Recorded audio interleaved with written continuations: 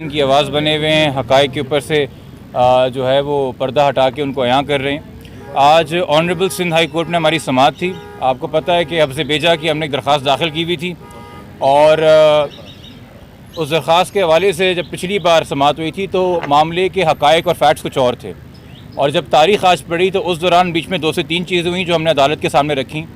एक तो हमने कहा कि जी बच्ची फ़िलहाल दारुल अमान में है लाहौर के, और मुबैना तौर पे अपनी दरख्वास्त के साथ है, और मुबैना तौर पे ये भी कहे कि जी मैं अलहदा हो चुकी हूँ अपने शौहर से, जिसको शौहर कहा जा रहा है, और तनहा एक तरीके से लवारिस होने की कैफियत के अंदर मुझे दारुल अमान में रखें, चूँकि उसका एक मौक़िफ़ रहा है कि वालिदैन से भी ख़तरा लाहक है।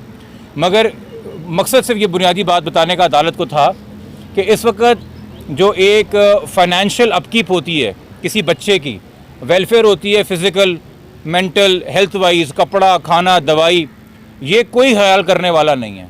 और वो रियासत की मरून मिल्लत हो गई और वो कह रही जी मुझे दारुल अमान पे रखें, मुझे रियासत अब पाले। ये उसकी करंट स्टेटमेंट है 19 तारीख को जो डेवलपमेंट हुई है। दूसरा, मैंने उनको बताया कि जी एक व्यू फॉर्म कर लिया है पुलिस ने कि चाइल्ड मैरिज एक्ट लगता है, किडनैपिंग लगती है, बच्ची को बाजियाब कराना है। तीसरा, इस हवाले से सिंध हुकूमत ने पंजाब हुकूमत को ख़त भी लिखा है कि ये बच्ची हमें यहाँ पे चाहिए। तो मैंने दरख्वास्त की अदालत से की, मैंने पहले कन्फेस किया कि देखिए मजिस्ट्रेट के ऑर्डर के तहत दारुल अमान के अंदर जो प्रेजेंस है बच्ची की, उसको मैं लीगल कन्फाइनमेंट नहीं कह सकता फ़िलहाल, क्योंकि बच्ची ने ख़ुद से एक दरख्वास्त दाखिल की है। तो इस वक्त जब तक तहकीक ना हो जाए कि दरख्वास्त दाखिल करवाई गई थी या ख़ुद से की थी, तो हम फ़िलहाल नहीं कह सकते कि ये लीगल कन्फाइनमेंट है। तो मैं कोई अनफेयर स्टेटमेंट नहीं करूँगा। मगर चूँकि बच्ची मुखविया एक FIR में, चूँकि ट्रायल है FIR में, और अब तो जो मरकज़ी मुल्ज़िम है वो भी बेल लेने के लिए यहाँ कराची ही आ गया है, और तफ्तीशी अफसर भी कराची का ही होगा, और हर पेशी पे मुखविया को प्रेजेंट करना होता है। तो अगर स्टेट कस्टडी में दारुल अमान में ही रहना है बच्ची ने, तो बेहतर है कि वो दारुल अमान या चाइल्ड प्रोटेक्शन सेंटर कराची का हो, सिंध का हो, ताकि कम से कम वालिदैन जो हैं उसको कोई फरहम कर सकें सहूलियात, उसके कपड़े दे सकें, खाना भिजवा सकें, पैसे दवाइयाँ कोई चीज़ हो तो मौजूद रहें। और यकीनी तौर पर अदालत इस बात को इंश्योर करेगी, चूँकि ये मामला ट्रायल कोर्ट ने इवेंचुअली तय करना है, कि ऐसा नहीं कि अगर वो कराची आएगी तो कोई भी उससे मुलाकात कर सकेगा। यकीनी तौर पे वो बच्ची की मर्ज़ी के ऊपर होगा। तो अदालत हो सकता है ये हुक्म जब दे तो उसमें लिखे कि चूँकि हमारा ये रिवायत भी है कि बच्ची अगर मिलना चाहे तो वालिदैन से कभी कुछ केसेस में इजाज़त दी जाती है, मुबैना शौहर से मिलने की कभी नहीं दी जाती। ये फ़िलहाल हमारे दलाइल थे, और अदालत से जो कॉमेंट्स से जो ऑब्जर्वेशंस थी, मैं इसमें कोई हतमी राय कि अभी फ़ैसला क्या आएगा, चूँकि एक स्पेकुलेशन है। प्रॉपर तरीका ये है कि हम हाई कोर्ट के ऑर्डर्स का इंतज़ार करें। कुछ घंटों की बात है, end of the day order आ जाएगा, उसको पढ़ के तमाम आपको पता होगा कि उसमें क्या कंडीशंस हैं, क्या पैरामीटर्स हैं, और तभी हम बात करें। कबल अज़ वक्त कोई खुशी की नवीद सुना देना या कबल अज़ वक्त अफसरदा कर देना, मेरे ख्याल में दोनों ही गैर मुनासिब बातें हैं। जो आपने आर्गूमेंट दिए थे और दुआ की दरख्वास्त पढ़ के सुनाई, पुलिस की रिपोर्ट का जो प्राइवेट रिपोर्ट थी वो पढ़ के सुनाई, तो उस पर अदालत की ऑब्जर्वेशन थी क्या? हतमी ऑर्डर नहीं, ऑब्जर्वेशन क्या था? देखिए, अदालत ने ये एक तरीके से समझ राय ली PG साहब से। आपके ख्याल में बच्ची दारुल अमान लाहौर रहे या उसे प्रोविंस ऑफ सिंध के किसी शेल्टर होम में होना चाहिए? प्रोसिक्यूटर जनरल ने अपनी सबमिशन दी कि जी यहाँ होना चाहिए। उन्होंने एडवोकेट जनरल के दफ्तर से पूछा, उन्होंने कहा जी यहाँ होना चाहिए। उन्होंने IO से पूछा, जो कि साबका IO है, मगर अब चूँकि नया IO आया नहीं है तो वो कस्टोडियन एक तरीके से फ़ाइल का है, और ये मेरे नहीं, ये तो क्या कहते हैं मरकज़ी मुल्ज़िम के वकील के दलाइल थे कल कि जी ये करंटली कस्टोडियन है। तो मैंने उन्हीं को कहा, मैंने कहा जी कस्टोडियन है, तो उन्होंने कहा भाई तफ्तीश के लिए चाहिए, तो उसने भी कहा कि हाँ जी बच्ची हमें यहाँ पे चाहिए, उसने स्टेटमेंट दिया। तो अदालत ने ये व्यू फॉर्म किया। बट अगेन फ़ैसला क्या है अदालत का? चूँकि अदालत ने कोर्ट में फ़ैसला नहीं सुनाया है, अदालत ने कहा है during the course of the day. मगर जो मेरे ख़्याल में एक व्यू फॉर्म है, और जो एतराज़ था मुल्ज़िम के वकील को, एक तो उन्होंने पहले एतराज़ किया कि ये चल रही है हफ्ज़ बेजा की कार्रवाई, वो कह रहे हैं जी मेरे बैंक अकाउंट्स फ्रीज़ हुए हैं जिसका इस केस से कोई लेना देना नहीं था। उसमें जब अदालत ने कहा कि ठीक है भाई, अगर कोई बैंक अकाउंट फ्रीज़ हुआ है हमें लिख के दे दीजिए, हम इसके ऊपर कर लेते हैं कार्रवाई, अगर आप कह ही रहे हैं तो उन्होंने कहा नहीं जी ज़हीर के नहीं है, शब्बीर के बैंक अकाउंट्स हैं। तो अदालत ने पूछा, अब शब्बीर के तो वकील यहाँ पे है नहीं, आप तो ज़हीर के वकील हैं, तो जो बात कीजिए एक बात हकीकी है। दूसरा, उन्होंने एक बात की कि भाई अगर आप बच्ची को शेल्टर होम भेज देंगे तो कोई हमारे ख़िलाफ़ कोई व्यू ना फॉर्म हो जाए, हम प्रेजुडिस ना हो जाए।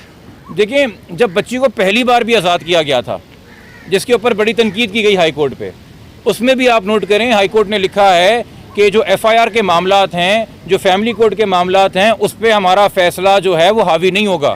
वो वहाँ पे पटिशनर जाए अपने मामला खुद परसू करे, हम यहाँ पे वैलिडिटी ऑफ निकाह पे कोई बात नहीं करेंगे। ये अदालत अपने जिम्मेदारियाँ जानती है। तो आज का यकीनी तौर पर जो फैसला होगा वो मेरिट्स के ऊपर हतमी राय नहीं होगी, मगर हाँ बच्ची की कस्टडी कहाँ रहे, किधर मौजूद रहे, और जब यहाँ आएगी तो मेरी तवक्को है कि देखिए ये आपने एक चीज़ नोट की कि आगे बढ़ के इनिशिएटिव लेके, चूँकि एक ही पार्टी की हुकूमत वफाक और पंजाब में है, सलमान सूफी साहब ने आगे बढ़ के खुद मीडिया के पूछे बगैर ट्वीट करके अपना एक नीयत अनाउंस की कि बच्ची जो हमने चाइल्ड प्रोटेक्शन सेंटर शिफ्ट करना है। जब वो खुद दारुल अमान चली गई तो उन्होंने कहा जी टाइट सिक्योरिटी के अंदर है, और सिंध अपनी चाइल्ड प्रोटेक्शन ब्यूरो टीम भेजे, अभी तक नहीं भेजी। सवाल है ना सिंध हुकूमत क्या कर रही है। सॉरी, अब अगर बच्ची यहाँ आती है, अब हाई कोर्ट के ऑर्डर पे आ रही है, उन्होंने अगर नहीं भेजी तो कम से कम हम एक्सपेक्ट करते हैं इतनी होशमंदी, इतनी दानिशमंदी, इतनी बुर्दबारी और इतनी अक्ल समझ कि सिंध हुकूमत इस केस की हसासियत को समझते हुए proper adequate security, proper adequate facility देगी किसी गैर ज़रूरी इंसान को। और ख़ास तौर पे देखें जी, आपके स्टाफ का कोई भी बंदा हो सकता है जिस पर आप नज़र ना रखें, जो करप्शन करके बच्ची को वहाँ उन चीज़ों से एक्सेस दे रहा है जो कि नहीं देने की होती हैं। तो ये बड़ी जिम्मेदारी दी रही है हाई कोर्ट सिंध हुकूमत को, और हमारी उम्मीद है कि सिंध हुकूमत जो है ये जिम्मेदारी पूरी तरीके से निभाएगी। और इस हवाले से मेरी आप लोगों से दरख्वास्त होगी कि जब एक बार बच्ची यहाँ पे आ जाए तो उसकी अपकीप और वेलफेयर के बारे में सिंध हुकूमत से भी आप लोग दरख्वास्त करें और उनसे भी पूछें कि उनकी क्या जिम्मेदारी और रोल बनता है। ज़हीर को सर पेश किया गया है, आज ज़हीर को पेश किया गया। लोग एतराज़ कर रहे हैं, क्या वजह हो सकती है? देखिए, पेश किसी को नहीं किया गया है। एक इंसान किन्हीं भी हालात में, किन्हीं भी वजूहात के ऊपर एक बेल लेके आया है मुल्तान से, तो वो खुद आया है, वो बेल के ऊपर है।